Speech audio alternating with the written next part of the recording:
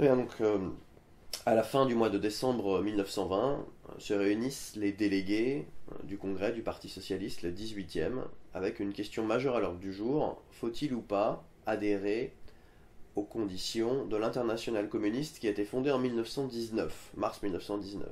Alors pour rappeler quelques éléments de contexte, bien sûr il y a eu la Première Guerre mondiale, il y a eu dans un premier temps, la quasi-totalité des socialistes étaient d'accord pour soutenir l'effort de guerre, on pensait que ça allait être une guerre courte et peu douloureuse, c'est évidemment le contraire qui s'est passé, et donc en 1918-1919, le dégoût de la guerre est profondément ancré chez les militants socialistes. Et il y a bien évidemment un autre événement qui a conditionné donc, ce qui va se passer à Tours, c'est la révolution russe de 1917, et notamment la prise de pouvoir par les bolcheviks en octobre-novembre 1917. Les bolcheviks comptaient beaucoup dans un premier temps sur la révolution mondiale, sur la révolution dans les autres pays, et notamment sur la révolution dans le pays où il y avait le plus gros parti socialiste du monde, l'Allemagne. Or, la révolution allemande est écrasée, la révolution spartakiste, ceux qui étaient du côté des bolcheviks, est écrasée en janvier 1919. C'est la raison pour laquelle, juste après l'écrasement de la révolution allemande, les bolcheviks fondent l'internationale communiste en mars 1919. Et à partir de là, le pari des bolcheviks est d'essayer de construire des partis communistes à l'image de leur parti partout dans le monde. Partout dans le monde, bien sûr, et un de leurs grands paris, ce sera de fonder des partis communistes dans les pays colonisés pour promouvoir les indépendances, mais tout de même le pari stratégique, historique du marxisme à l'époque, c'était les grands pays industrialisés. J'ai parlé de l'Allemagne, où pour le moment il n'y a plus beaucoup d'espoir, et il y a toute une série d'autres pays qui étaient très importants pour les bolcheviks. La France en fait partie. Pourquoi ? Il y avait un parti socialiste assez puissant, et puis la France était le pays de la Révolution française, des grandes révolutions du 19e siècle. Lénine et les bolcheviks étaient des grands admirateurs de la Commune de Paris de 1871. Bref, le congrès de Tours en 1920, ce n'est pas un congrès anecdotique, c'est un congrès important pour les socialistes français. Ils ont une question à se poser: est-ce qu'on se rallie ou pas aux conditions des bolcheviks? Et pour les bolcheviks eux-mêmes, c'était très important de savoir ce qui allait se passer à Tours. D'où le fait qu'ils envoyaient notamment Clara Zetkin, une grande révolutionnaire allemande qui défendra l'idée de l'adhésion aux conditions de l'internationale communiste. Alors qu'est-ce qui se passe à Tours en quelques mots? Plusieurs possibilités. Il y a ceux qui vont promouvoir l'adhésion aux conditions des bolcheviks. Le plus célèbre d'entre eux, qui est un ancien proche de Jules Guesde, un des fondateurs du Parti Socialiste, avec Jean Jaurès, c'est Marcel Cachin, qui va devenir ensuite un des principaux dirigeants symboliques, si je puis dire, du Parti communiste. Entre deux, vous allez avoir la figure de Jean Longuet, petit-fils de Karl Marx, qui va défendre la révolution russe sans vouloir adhérer aux conditions de la révolution bolchevique qui lui paraissent trop restrictives. Et puis une troisième position, dont l'incarnation plus célèbre, c'est pas le seul, est Léon Blum, qui lui refuse les conditions de l'internationale communiste. Ceux qui vont l'emporter, aux trois quarts en gros, sont ceux qui sont favorables aux conditions de l'internationale communiste et donc se rallier au parti bolchevique et de fait créer ce qu'on appelle la section française de l'internationale communiste, qui changera de nom, si je puis dire, juste après, qui sera plus connu sous le titre de Parti communiste français. Donc le PCF à l'origine, c'est la majorité, si je puis dire, d'un congrès du Parti socialiste. Cela étant dit, pourquoi ?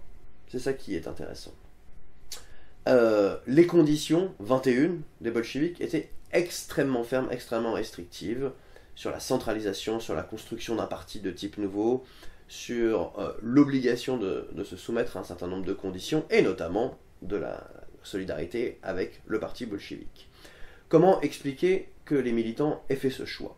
Alors, bien sûr, tout le monde n'était pas forcément d'accord à 100%, d'abord, mais le dégoût de la guerre, très profond, il faut s'imaginer ces centaines de milliers de morts, mais aussi de ce qu'on appelle les gueules cassées, des gens qui sortent de la guerre, qui sont terrifiés, l'impression d'avoir été trahi par un certain nombre de socialistes en 1914, et cette guerre qui n'en a jamais fini, quasiment pendant 4 ans, tout cela s'est conjugué pour provoquer une scission autour de l'idée qu'il fallait en finir.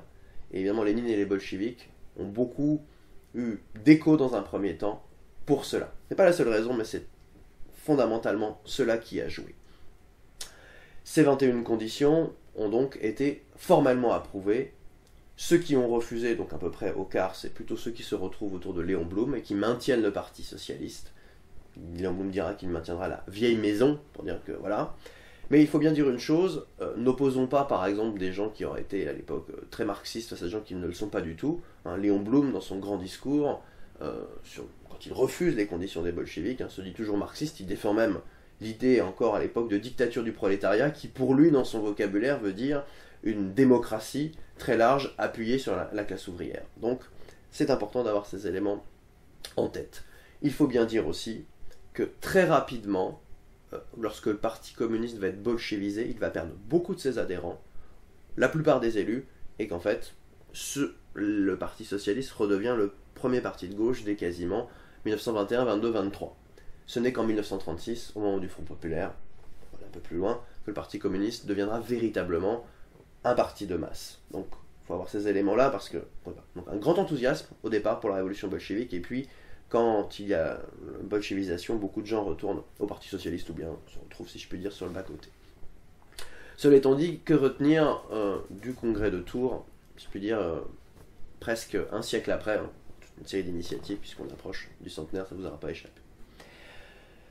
On avait parlé à une époque d'un congrès de Tours à l'envers, considérant que, effectivement, après l'effondrement de l'Union soviétique, le modèle bolchevique, qui pouvait peut-être avoir sa pertinence à une époque, ça peut se discuter, n'avait plus lieu d'être dans les conditions, on va dire, de l'Europe des années 1990-2000. Je crois qu'effectivement, il faut comprendre le congrès de Tours en son contexte, bien saisir pourquoi toute une série de gens se sont retrouvés à approuver la politique des bolcheviks et la révolution russe, et encore une fois approuver la politique des bolcheviks, en plus pour une partie d'entre eux, c'était pas forcément connaître ce qui se passait, mais c'était vraiment le dégoût de ce qu'était devenu le Parti socialiste.